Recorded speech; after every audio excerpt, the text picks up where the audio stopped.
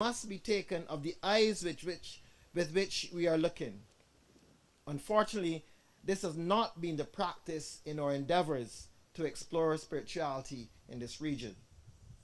The question is raised: who is this African soul that seeks to venture into the realm of spirit?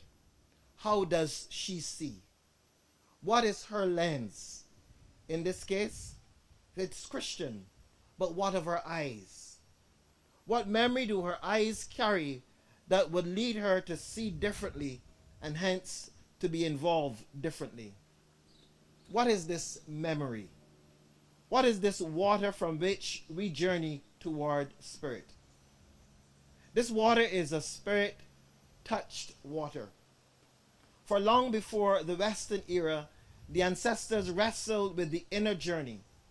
They looked within and saw and engaged the spirit dimensions, bringing from that place back to the water great knowledge and truth. The result was of a greater focus on the need to explore the inner than a need to journey out into the water. The focus on the inner led to a greater sense of oneness, which, as they expressed in the water, saw the importance of the community. And hence the phrase, because we are, I am. No doubt experiencing the oneness of the inner world would have led to this understanding. Ken Wilber, a modern-day philosopher, in his Stages of Human Consciousness, identifies a series of steps through which humanity has progressed and which were necessary for us to arrive at the place we are today and which each culture must progress through. He identifies the following: the egocentric stage, where the focus is on the self. I am the center of attention. Everything is about me and my needs. The ethnocentric. This extends now to my family, my community, my tribe, my clan, my religion. The world-centric, a more global perspective, the oneness of the peoples of the earth. And finally, cosmocentric. This is a universal consciousness, in other places, in some places, called Christ consciousness. The focus on community, while still willing to fight other communities, speaks to the level of the ethnocentric. Here, there is an awareness of the one, but that one is defined by my tribe, by my people, by my group. Hence, while the opening beyond self was there as the spirit journey began, it was only the initial stages. Wilber posits that despite extremely heightened states of consciousness, the individuals were still restricted to their stage of development. Hence, all ecstatic experiences had to be interpreted and measured based on the current stage of consciousness of the individual. My friends, it is this ethnocentric stage which would have crossed over the water of the Atlantic to arrive in these Caribbean waters, to the second stage of the siphoning off of the water into several distributaries. The first and major separation, obviously, was the capture and removal from the village, from community, from family and loved ones. The second was the separation from the land, being held on the water for weeks, if not months. The arrival onto the new land would have been confusing because the worldview at the time would have stated otherwise. But this was further divided by the separation from a common language. The waterworks continued as persons were allowed to prod and poke and examine and discard and toss aside and choose and then ultimately enslave. The water now belonged to someone. It was property. It could be used by the master in whatever form he chose. For the men, there was oxen to pull and to strike and to reproduce.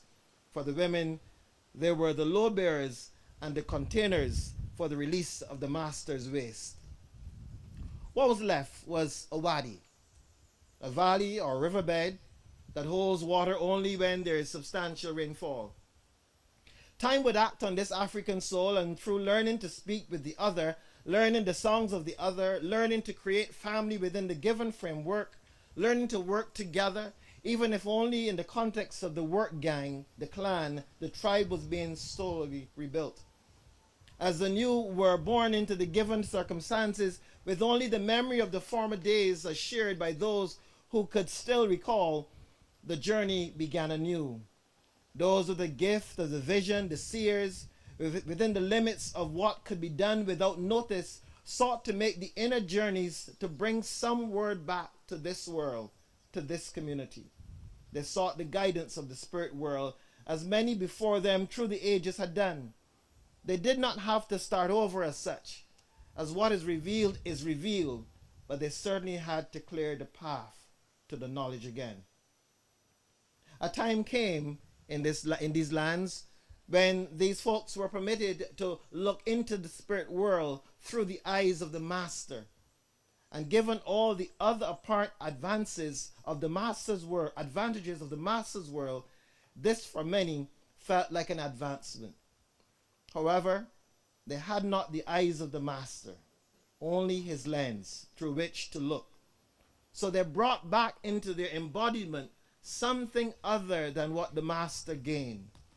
They sang his songs and said his prayers, but they incarnated something other. It is this otherness that needs to be acknowledged and explored if we are to speak of a truly Caribbean spirituality, which one day may give rise to a Caribbean theology. It is to this exploration of such that we now turn. The opportunity to look into spirit through the eyes of the master for many did not come until very late in slavery, the later 1700s and early 1800s. In the Barbadian context, many of these persons would therefore have been born in Barbados itself. Looking at this people then, using the local context as a point of entry, we note that the Bible was one of the first avenues of exposure to the written word. In many homes, this led to a practice of personal devotion and Bible reading. Persons identified with characters in the scriptures. They understood the experience of hardships and overcoming hardships. They knew and lived the struggle daily. I believe it was the collective experience of the water years that they would have internalized that gave rise to the powerful expression of faith witnessed through the years as they prayed and labored. This internalization of the experience saw expression in the various ways in which religious expression dominated community life. This was witnessed in the village choir competitions, the willingness to share what was received in an effort to ensure that no one was without. Food was one of the chief indicators of the notion of oneness, as was freely shared even if previous arrangements to supply were not made. The latter could very well be embraced in the whole notion of hospitality, the welcoming of the stranger, the feeding of the hungry, the clothing of the naked. All aspects of the sense of oneness existed therein. The notion that each child belonged to the community, and hence the community had the right to discipline and to call into check any child perceived as going down a dangerous or destructive path, was very present in community life.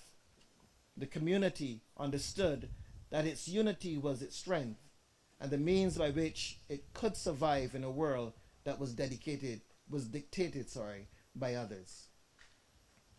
Emerging too from the water was the notion of impermanence. Living in chattel houses on the non-productive lands of the plantation, there was always the desire to find a plot away from the plantation, thus leaving behind a horrible experience of slavery, which was still lingering and which, given the chance, was very willing and ready to re-establish itself in the region. Such chattel homes were easily dismantled, mounted on a truck or some other means of transportation, and restored in the same day. Such an event would be accompanied by great community involvement, the labor being provided by the men as well as the alcohol, which made the task bearable. Though it was the responsibility of the women to provide the meals, it was a community event. Where money changed hands, it was most likely to be paid to the truck driver whose vehicle was rented for the removal. Sadly, this movement away from the plantation created a negative component in the spiritual journey of the people. The negative had to do with a growing desire to be as far away from the land as possible. Even though it was walked on daily, the desire to not have to work the land any longer was paramount in their desire for a brighter future. The connection with the love of God and the provision of food as we tended the land and care for the plants is one of the vital aspects of spirituality that has been inherent in the African soul for generations. But slavery discolored this reality and saw an exodus from food provision and trade. Those remaining were those whom education had left behind, or those who themselves had sacrificed in order that their younger siblings might gain the benefit of education. It is on these persons, their backs, that would ride those who had journeyed through education. All of the above of the water is what has been taken into our journey and which colors our understanding of spirit and things spiritual. The idea of the community as the body of Christ, the collective, is a very powerful component of the spiritual journey of this people. In the Afro-Caribbean tradition, even the smallest individual participates in the ritual. This need to participate and belong is a very powerful component of the peoples of the region.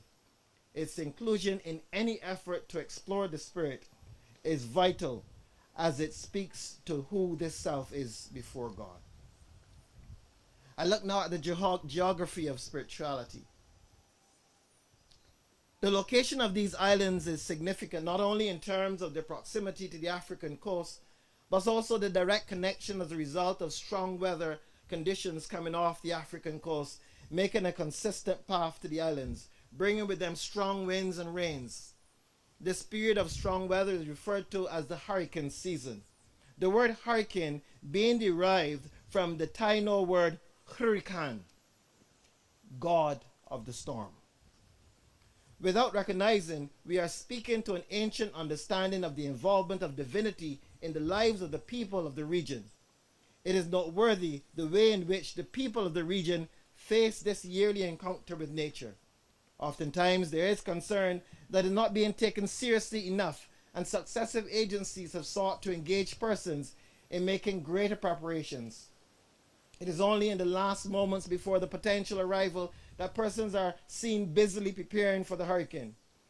When one does strike, the aftermath witness is persons picking up their lives and trying to get back to normalcy. It's not a pretty experience, and there is nothing beautiful about the aftermath. But somehow, the focus is one of acceptance and restoration, and not of despair. All of these factors are taken into the journey into spirit. In the Gospel of John, Jesus is recorded as telling Nicodemus, "You must be born of water and spirit. That which is flesh, that which is spirit is spirit." The journey takes us first into the earth, in all its materiality, as we are taught the experience of separation and duality. The journey into water, as we mentioned earlier, is a journey into impermanence. At some stage, the individual must turn and begin the path of ascension. Using the fuel of water, the individual is propelled into the spirit dimension where true liberation is experienced. It is